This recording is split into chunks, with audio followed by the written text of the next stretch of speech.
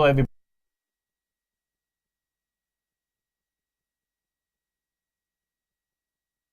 Okay, there's no more. So the blog is going to be on the right side. You see,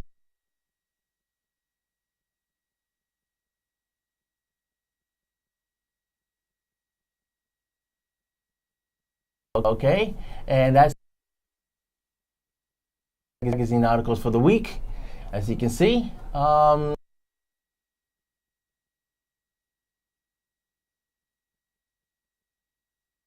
Show. I'm your host, Frankie Sun, with my partner, Mark. Okay, everybody, we got a lot to talk about. Last week, what we did was, since we weren't on for about 2-3 months, we did a lot of movie reviews. But there was a lot of news we didn't get a chance to cover. Of course, we lost our beloved Batman, Adam West. Yeah, we didn't get to say goodbye last time. And we got so much to cover because in terms of the Justice League, what's happening over there, the announcement was made that they're spending over $25 million in reshoots. And of course, Wonder Woman being the big picture as it is the second biggest picture of the year, right behind Spider-Man? No, Beauty and the Beast. Spider-Man is over in the bottom. Whoa. Yeah, okay. So you can see we got Dunkirk in the back. We're going to talk about what happened with Nolan and the James Bond. There was a rumor about that since he did Batman. So there's a lot of shuffle. We didn't get a chance to talk about Star Wars. What happened? Wonder Woman being such a powerhouse, and there's an article that was put on that I put on the blog. I believe it was either Hollywood Reporter or Variety, talking about women power. Okay, and now people say, oh, it's a director's choice. Like Nolan wanted to reboot James Bond, and Barbara Broccoli, who owns James Bond, she's the daughter of Kirby Broccoli, who produced all the James Bond movies. She says, no, you're not going to reboot it. I still want Daniel Craig to come back. Okay, Kathleen Kennedy, she fired the two guys from the Han Solo movie. And she says, okay, you're out, and Ron Howard is put in. Okay, and there's a lot of flexible thing going on with women power nowadays, all thanks to Wonder Woman. And I think the change is good. So we're going to get more into that. As you know, at the end of the show, we go into our YouTube segment for you YouTube fans out there. So we're going to go more into all these topics. I just want to start off really with the review of Duncan. He's got Atomic Blonde. We're going to go back to the James Bond thing and Nolan and all that stuff. Just top 10 real quick. Emoji is actually going to beat Dunkirk. Actually, they're actually neck and neck. Emoji, I don't know. Do people want to see Captain Poop of the Starship Enterprise? Captain Patrick Stewart does the voice. Actually, it might be the number one. So right now, as a Friday, Emoji actually made more money than Dunkirk. But we still got Saturday and Sunday. We're not going to find out till Monday. But they're really neck and neck. But the prediction says Emoji is going to beat it. But one thing we do know is that Emoji is not going to get any Oscar nominations like Dunkirk. Okay. Okay. So, and rounding up, I made a little boo-boo here. Cross that out. Okay. So, Emoji, Dunkirk, Atomic Blonde, Girls Trip, which is really doing good at the box office. That's going to clear $60 million by the end of the weekend. And Spider-Man is still hanging out there at number 5. Real quick. There's a lot of the movies that I review I didn't care for. I finally caught up to Planet of the Apes. I'm glad the franchise is over. Talking about Oscars, what's his name? I forgot his name already. What's his name? Who played Caesar? Andy Serkis. Okay, he's been pushing and lobbying to get an Oscar for motion captains for his performance in all the 8 movies. Unfortunately, this movie was so bad. You liked it. Yeah, I enjoyed it. I thought it was great. I hated it. I didn't like the way it ended. I didn't like it was too downbeat. It was boring. It's a war film.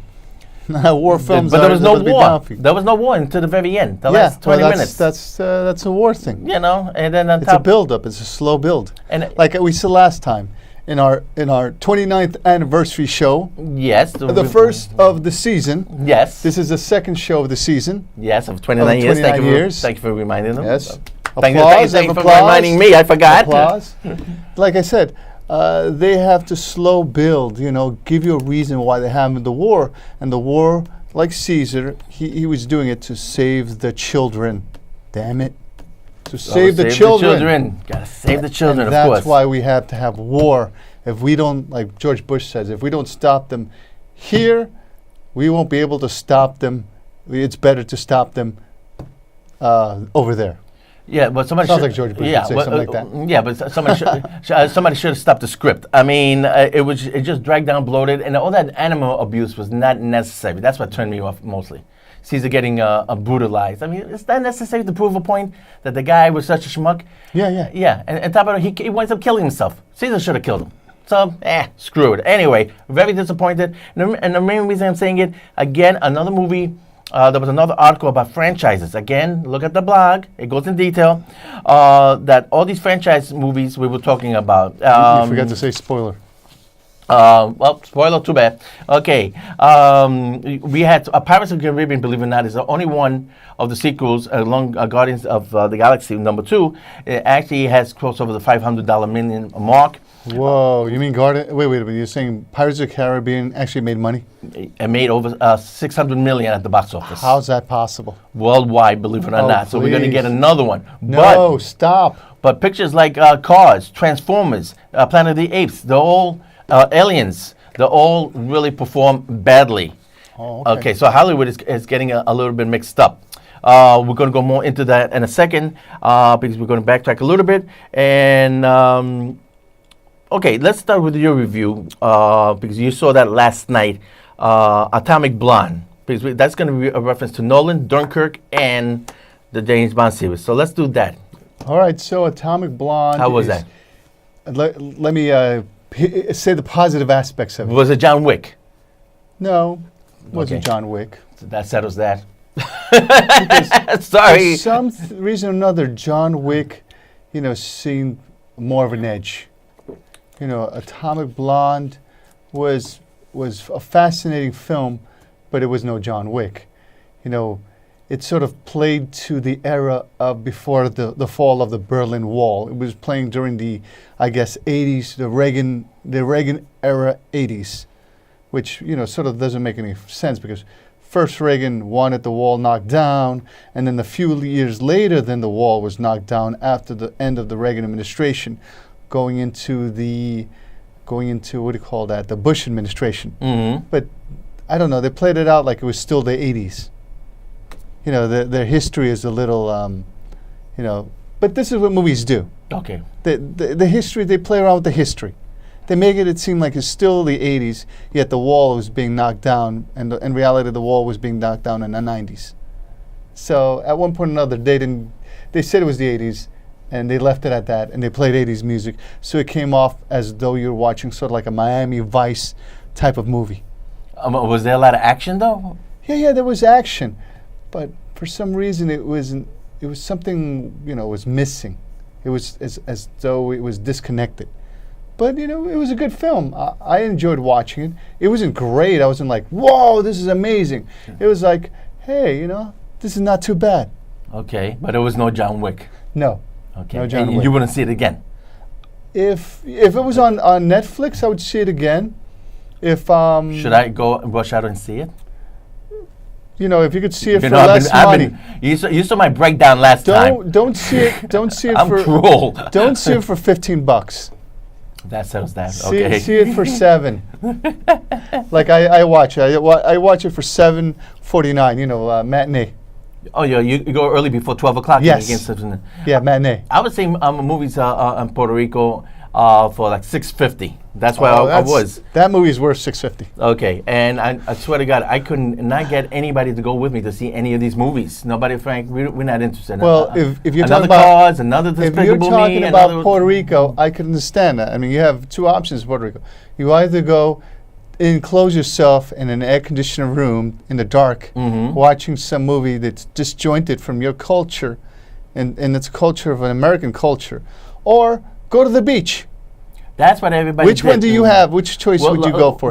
Like if you're Puerto Rican, right, and you live in the tropics, and beautiful sand and beaches, and you could be under the umbrella and drinking sodas, mojitos, lobster, enjoy all this beautiful seafood, or go inside an air-conditioned dark room for 2 hours, watch a movie that you can't relate to because you're like, this is an American film. I don't get any of this stuff. Which would you do? Correction. There you go. Correction there. They're pretty hip. They loved Spider-Man and they loved Wonder Woman was down there. The other movies, nobody were going, like you said, they were going to the beach. Fast and Furious? Yeah, and nowadays culture really doesn't have that much to it. I mean, China, they love American movies, and you're talking about a different culture altogether. Yeah, but still, it's like a lot of these movies don't relate to them. That's the only movies that sometimes relate more to cultures outside of the United States are action films. When you do an action film, there's less talking. It's more of this and less of this. Okay, then explain to me, how come nobody in China wants to see Star Wars? Because it's too much of this. There's a lot of there's a lot of this. No. You see, when you take a movie like Fast and Furious and Star Wars, for example, they set a high bar and they did too much talking, and they had to make it seem like there's a sophisticated reason why they're going through this whole ordeal. Mm-hmm. Meanwhile, in Fast and Furious, we got cars, they go fast, we're going to smash them, and we're going to stop the bad guy. You guys got it? Yes. All right, there you go. And we're going to blow Star Wars. We're going to blow up a submarine too over here. Yeah, exactly. In Star Wars, this is a Death Star. We're going to rally around with these. And then after an hour of explanation, like, okay, there's a movie over? Okay, so Atomic Blonde, you wouldn't go see it again. Okay, now. I would kind of see it again. It's like I said, it was sort of like a Miami Vice type of movie. You would have to sort of be into an 80s film. If you're not into it, if you're a millennial, you probably won't like it. Well, my point is that, like, War of the Planet of the Apes, everybody loved it. Everybody, all the previews and all the reviews. The critics and all that. The critics, yeah. And I saw that, they must have been watching a different film, because this one, out of all the films, was the worst one out of the whole trilogy, whatever you call it. Yeah. I just couldn't get into it. And same thing like all the hype with Baby Driver, and all the hype Baby Driver deserved it. Okay, this was action sequences that no CG whatsoever. These are cars actually racing. It was filmed in Atlanta, and they're actually, it's not like the Atlanta where Fast and Furious says, oh well, this is going to be New York, and actually they filmed in Atlanta, and Atlanta was no New York. But over here they took advantage of saying, no, we are in Atlanta, and they took advantage of all the scenery. You saw good pieces of Atlanta, of the city, and they used it. They really used the the locations for all the action sequences, and the action sequences were all real stunt drivers, real cars, no CG, no cars going anti-gravity, flying up in the air and stuff like that. So the hype was really deserving for Baby Driver. Now, the hype for Dunkirk, does it deserve to be the best picture of the year? Yes. Okay. This is going to be Nolan's a big thing. I think right now, out of the year, the Oscars are all going to come out around Christmas time. Okay. So far, the only movies. Let me look at my list here. Well, actually, Dunkirk is the only one that's really Oscar qualified. They're going to push Wonder Woman, though. Already, the rumor is they're going to push it for Best Picture, Best Director, Best Actress, and everything. They're really going behind this. And the other only on the movie is Dunkirk and The Greatest Showman with Hugh Jackman. That's the film that I worked on. So right now, we're past like the halfway point, and there's only one film. Actually, two films. They're going to push Wonder Woman. I don't know if it's going to get it, but then again, Christopher Nolan's Batman did get 8 nominations. So, but Dunkirk is a gun now. Real quick, I got this here, The Longest Day. For history's sake, I'm looking at my little sticker. Ta-da! Okay, The Longest Day. This is about the landing of D-Day. Everybody mentions Saving Private Ryan. This is the 3-hour blockbuster. John Wayne, Robert Mitchum, etc. A young Sean Connery, talk about James Bond. A very young Sean Connery before he started doing his first James Bond, Dr. No. He's in and talk about War of the Planet of the Apes, or Planet of the Apes in general. I'm a big fan of the first batch of Planet of the Apes, the one with Roddy McDowall. You see a very young Roddy McDowall, where he plays Cornelius, then he went to play Caesar. That also starred Charlton Heston. Okay, I recommend that. So Dunkirk takes place before D-Day. I think you should watch both pictures. When it comes on Blu-ray, I told you there was a black and white version. Somebody told me that it's not there no more. They took it down, which makes sense because they want people to see this. See the Dunkirk version, colorized. But when it comes on Blu-ray, see these pictures back to back.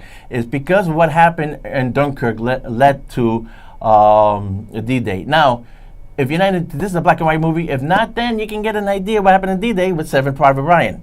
But those two pictures really tie into each other. Now, there's another movie called Midway, which, again starring Charlton Heston, and that took Who was also in the Planet of the Apes. Right, exactly. And that picture was made back in the 70s. All-star cast: Charlton Heston, again Robert Mitchum, Henry Fonda, classic actors. Well, that's being remade by Roland Emmerich, the guy who did Independence Day. So people were having a fit by that. A lot of people don't remember. He did a great movie called The Patriot with Mel Gibson and a very young Heath Ledger. Right. Right. That's an excellent picture. So he knows his war movie. So they're going to remake about the revolution. About the revolution, right? That's what The Patriot is about.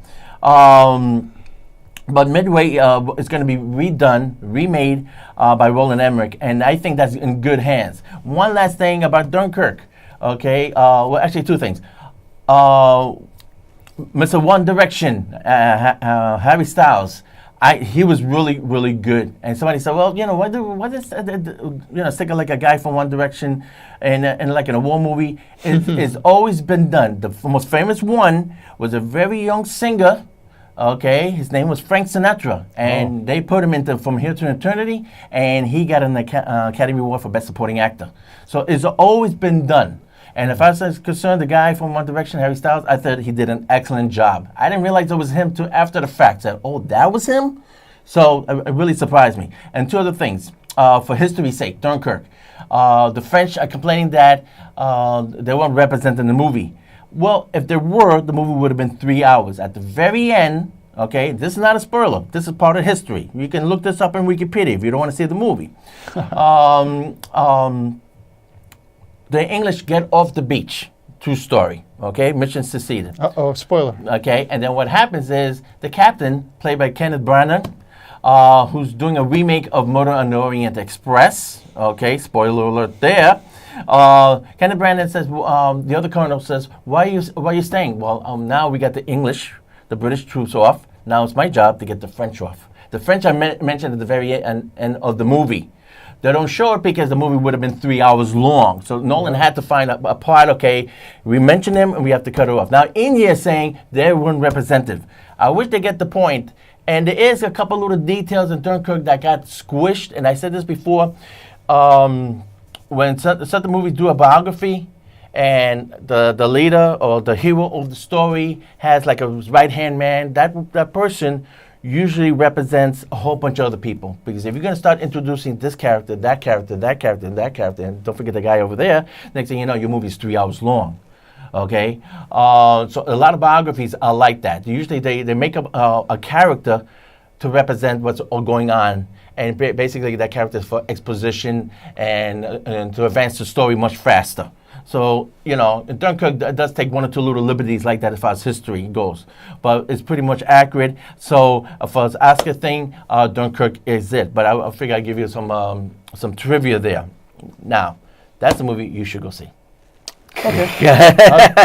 I guess I'd see it. Now, let's go back. Okay, so now you mentioned Atomic Blonde, but she's like a James Bond kind of thing? Yes. It's totally like James Bond. Agent. She's English, right? She plays an English agent. Hopefully, no spoiler, but she's an English agent. And they're supposedly in East Berlin or West Berlin, and they have to take an agent from the East Berlin to West Berlin, and this is all taking time during the fall of the Berlin Wall. So it's like they're British agents, and they're doing this thing where, they have to take the information from the East and bring it over to the West. Like one of those James Bond films, like from Russia with Love, or the Cold War era Bond. Okay, but the reason I was asking, because as you know, they gave the go-ahead with a new James Bond. They asked Nolan if he wants to do it, but he wants to reboot. He didn't want Daniel Craig. He wants to do a fresh take altogether, and they said no. Basically, he wanted to reboot his way, the way he did it with Batman. I think he would have been right for that. But Barbara Broccoli, who owns the merchandise, the franchise, should I say, and of course she's the daughter of Chubby Broccoli. He produced all the James Bond movies and stuff like that. And she basically said, no, we're going to go ahead with one more movie with Daniel Craig. And here's the thing. People are talking about Idris Elba, okay, as replacing James Bond. And and I said this before. Charlize Theron, she's a British secret agent, correct? Right, and also we were saying before that they're talking about replacing James Bond and making a female James Bond. Now, I said this in my blog, and it's a very simple solution. Also, they wanted here's another thing about James Bond. Again, in the blog, this was mentioned last week, but we weren't on last week. They want to do little spin-offs, like we mentioned Transformers. Bumblebee is going to get his own solo movie. Only one robot, and they can bring the budget down to about 100 million. That's the big shtick behind that thing is. So just mention one robot and bring the budget down. They want to do a spin-off of Felix, of Q, of M, Miss Moneypenny. Can you believe that nonsense? Who would care? It's sort of like what they would do. I remember there was episodes where they would do spin-off characters. Like, remember the show Moonlighting in the 80s? Remember that show with Bruce Willis and Sybil Shepherd? Right. They're like the two big people on that show. This is just an example. You might say, what the heck is Moonlighting? But this is just an example. They said that these two guys would fight so much on scene, sometimes they wouldn't show up for shows. And they got sick of it, so they decided to do a spin-off show without using both of them and using the secondary characters. And they said that episode that they did bombed big time. Right. Because they did one of Mr. Pesto and her boyfriend at the time, who was a character that we all know, who was from Revenge of the Nerds, called Booger. It's funny you should mention. And it bombed in the ratings because no one cares about secondary characters. I should have bought the book. I just got done reading that book. I forgot to tell you Moonlighting? about that. No, the guy, what's his, Armstrong, the guy who played Booger. Oh. He just came out with a book. Wow. Which is great insight. A lot of dirt. I forgot his name. Something Armstrong. Well, the guy, just look at the IMDb. Okay. Anyway, he just came out with a book. I just finished, and he was talking about how Revenge of the Nerds actually gave him a career, believe it or not. Of course. For him and Robert Carradine. But that was his first television show, and Moonlighting. And these two guys could not get along, and then they did a spin-off. But believe it or not, as far as the cult favorite goes, as far as the ratings, you were right, it tanked. But then that particular show became such a cult favorite, believe it or not. I forgot what they call them. Like the Hooverings.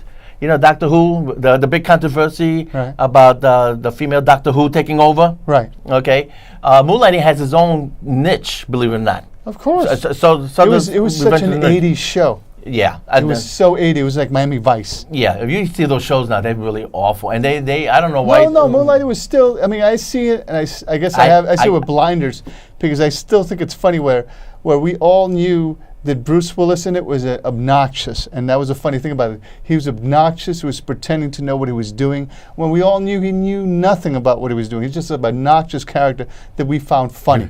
In the book, it says he was like that in real life. I could believe it. I can believe it. It doesn't speak very highly of Bruce Willis. No. Booger said it himself. And Sybil Shepherd, she didn't look like she was acting. She looked like she was ticked off during the whole thing, like she was pissed. But it was probably her best performance in that show. She was just pissed. She was pissed because she was a big movie star. Her career went down. She had to go to TV, so that's why she had a chip on the shoulder. Her career went down because of herself. She brought it upon herself because she was hard to work with. I'm not saying this. I find no problem with her. She's probably a great person, but this is what was going on behind the scenes. Yeah, well, in the book they said the crew couldn't stand her. Yes, that's true. That's what I would heard. Even the time when Moonlighting was coming out, they were saying they couldn't stand her. Bruce Willis couldn't stand her. They couldn't get along. The crew had it up to here with both of them. Read that book. It's a good book. Funny. And also talk about salaries, so we didn't talk about that. Because the payday for Wonder Woman, everybody's going to do big. Daniel Craig is going to get his payday, of course.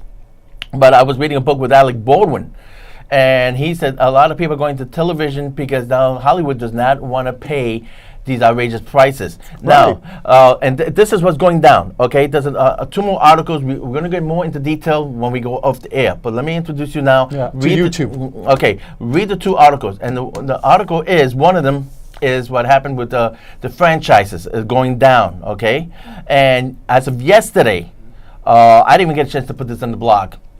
This is because I did the blog was Wednesday, Thursday, and today I was heading out the door. I didn't get a chance to post it as an update, which I usually do on the blog, but this was posted late last night, and I just read it this morning that because of Dunkirk doing about $12 million in just IMAX alone, IMAX made an announcement that they're going to cut back on the whole 3D IMAX thing. They're gonna start pretty soon. If a movie's made for IMAX and 3D, gonna show for 1 week, and then they're gonna regulate their theaters to 2D.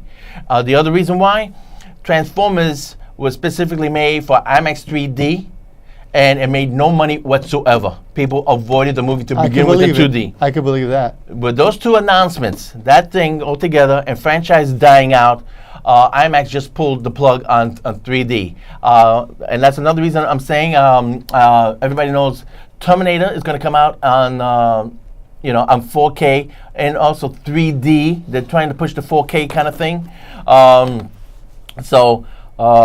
Close Encounters, you saw the trailer. Lawrence of Arabia, you saw the trailer. They're both being released. What? 4K is the new 3D kind of thing. Oh, no. And also for home I don't release, have a 4K television. Yeah. And televisions are almost dead. In the future, televisions aren't going to exist. We have 1 minute left.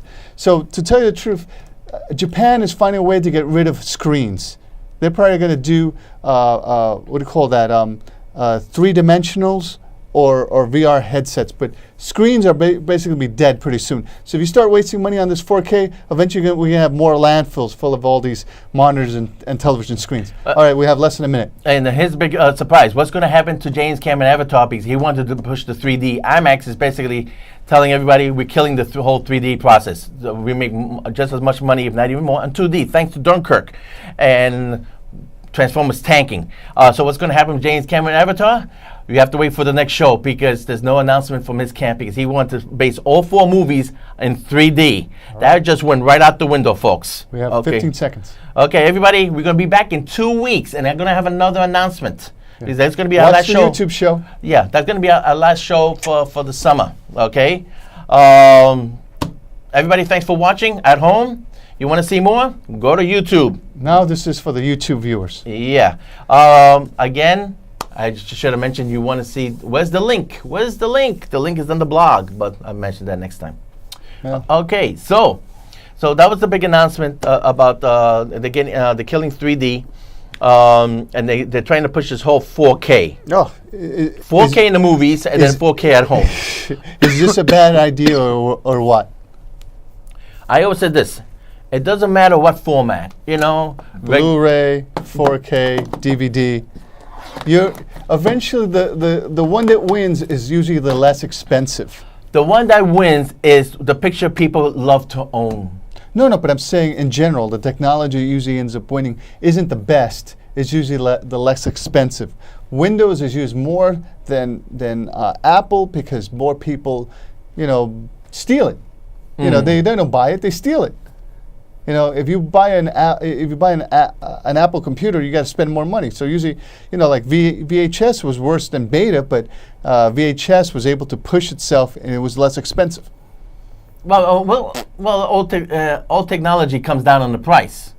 Yeah, that's what I'm saying. Why would you think more people would spend for IMAX? IMAX would be more of a once in a year or twice a year thing, because you're not going to spend $23 every time you go out for one ticket.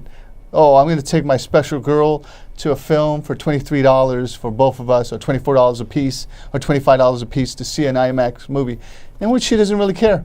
And a lot of times I'm watching and I'm like, I don't care about this movie either. This was just an experience. Right. Well, you're paying for experiences, folks. Well, and in Nolan's case, I got to defend him because he made the movie specifically the old style, which is 70 millimeter, excuse me, tongue-tied. What's his name? Tarantino. He did that with his The Hateful Eight, the Western. He wanted to do it the old-fashioned way, 70 millimeter. I mean, it was a great looking picture, but it didn't deserve the treatment because basically it was a play. It was a play, yeah. It took place in a shack, basically. Yeah, it could one day it'll come to Broadway. Yeah. Well, he mentioned he wants to go to Broadway eventually. He could probably do it. I mean, he could probably just put all these things. I could see Reservoir Dogs in Broadway because all of it happened almost in one scene, one place. In the warehouse, right? Yeah, in a warehouse. That's what it's all like theater of the mind. You know, he could be great in plays. I mean, I could see Reservoir Dogs in that. I could sort of see Hateful Eight there. Yeah. Even Jackie Brown, to tell the truth. Pulp Fiction almost. Yeah. Pulp Fiction is one of those things where they could pretend to be running through the streets and it could just all happen in one area. Yeah, that's true. Also, he loved lengthy monologues like David Mamet. Yes. Yak, yak, yak, yak. He'd be good for that. But going back, he tried to do that 7mm thing, and it didn't warrant it. Now, Dunkirk, I didn't see it in 7mm, which I'm now kind of regretting. For me, it would have been a once-a-lifetime experience. They charge you more for 7mm? No, the 7mm was made specifically for the IMAX, but the picture was presented in 7mm to begin with. Maybe I could sneak in. But you know that is like a treat. That was specifically made. He wanted people to experience the way he saw movies when he was a kid in 7mm. Okay, everything's digital projection, so it really doesn't matter. It's the way. Probably when he saw movies, it wasn't that expensive. Yeah. Well, okay. Transformers killed the box office. I said it on the last show. Basically, they were trying to push this whole 3D gimmick for you to pay more money. Okay, and I said this before. If the movie is good, it doesn't matter what format. Okay, okay, Star Wars in 4K. I'd be curious, right? But would I see the Batman versus Superman? No, film sucked. I couldn't care what format, 4K or whatever. It's not a good movie. A classic like Lawrence of Arabia, upgraded 4K treatment. Yeah, it's a classic. Okay. What's another movie? Maybe The Dark Knight in 4K, directed by Christopher Nolan. Because does it really need the 4K? I like the movie because Heath Ledger's performance as the Joker. That's what made that movie, really. Right, so you don't really need the 4K treatment. Exactly. Now, Hollywood wants to give us, Sony and all these other companies, okay, DVD, forget about DVD, Blu-ray, forget about Blu-ray, Blu-ray 3D at home, and people didn't buy into it. Now they got 4K at home, and they were trying to push this 3D IMAX, and that's tanking. Now, pretty soon, they're going to come up with an idea of 4K 3D. And, IMAX is already saying, no, it's not necessary. Yeah. Okay. Because the material itself, all these films were not necessary. So basically what's happening in Hollywood right now is they're worried about the franchises because they got a bunch of movies already going, being released next year as a part of the franchises. Justice League, they're kind of worried about that. Look what happened with that. What do you think about that idea? Same thing what they did with the Han Solo movie. And they did it with Rogue One, where they replaced the third act. They spending over $25 million. That's why I got this here, Doom. Great movie. I finally I had to catch up with this one. You saw this. You liked this a lot. Loved it. A lot of action. Yeah, a lot of the Justice League animated series are pretty great. They're pretty awesome. Here's my question. How come they don't hire the directors and the writers of those animation films to do something like Justice League? Well, because I think most of the guys who work in Hollywood feel threatened by people with talent. So anybody with any talent, they feel threatened. So oh, no, we got to hire somebody who who enjoys doing spectacles and enjoys doing something that doesn't quite fit in the timeline. That's something completely ridiculous. Well, it was funny because with Justice League, they got Joss Whedon. We know what happened with that. He had a fallout with Marvel because even though the Avengers #2 was fighting Ultron, did huge at the box office, there was a lot of backlash and Joss Whedon he had to take the heat for that. And he didn't appreciate it. He said, listen, it wasn't me. It was basically Marvel telling me what to do. Okay? And that's another thing. There was another article on the blog I posted in Variety Magazine that is who's making these movies, the directors or the producers? It's definitely like if it's bad and you say, "Wow, this kind of bad," you could pretty much blame it on the people who produced the film and giving their notes and harassing the director. You could pretty much tell that's when it all goes bad. That's what And happened with Josh Whedon. Lesson. They don't learn a lesson. Like you notice how when they have a movie like what we call Terminator, right? The first one was excellent. It looked like no one from Hollywood messed with it. It was pure. It was what do you call that? Real, like real. How do I say that word? Grimy. You know, okay. like that. That was the first Terminator movie. It was pure killing. They killed a whole bunch of cops. Everything was like it seemed like nobody gave Kirk Cameron directing. The second one seemed more Hollywood. Everything was clean. Everything was polished. Nobody was dirty. No one got cut. It was just something like pure Hollywood. Everything with beautiful blue lighting, beautiful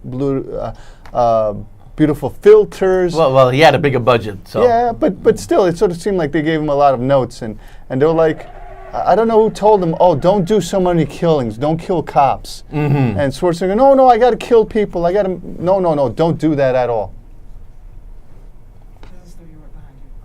It is? Okay. Okay, everybody. We just got an announcement. Somebody else is coming into the studio. All right. So then we'll wrap it up. We'll wrap it up. Everybody, thanks for tuning in. We'll be back in 2 weeks. And anything else, just go to the blog for more news and information and updates and all that stuff, okay? All right. Thanks for tuning Adios. in. Bye. Team 2. Ciao.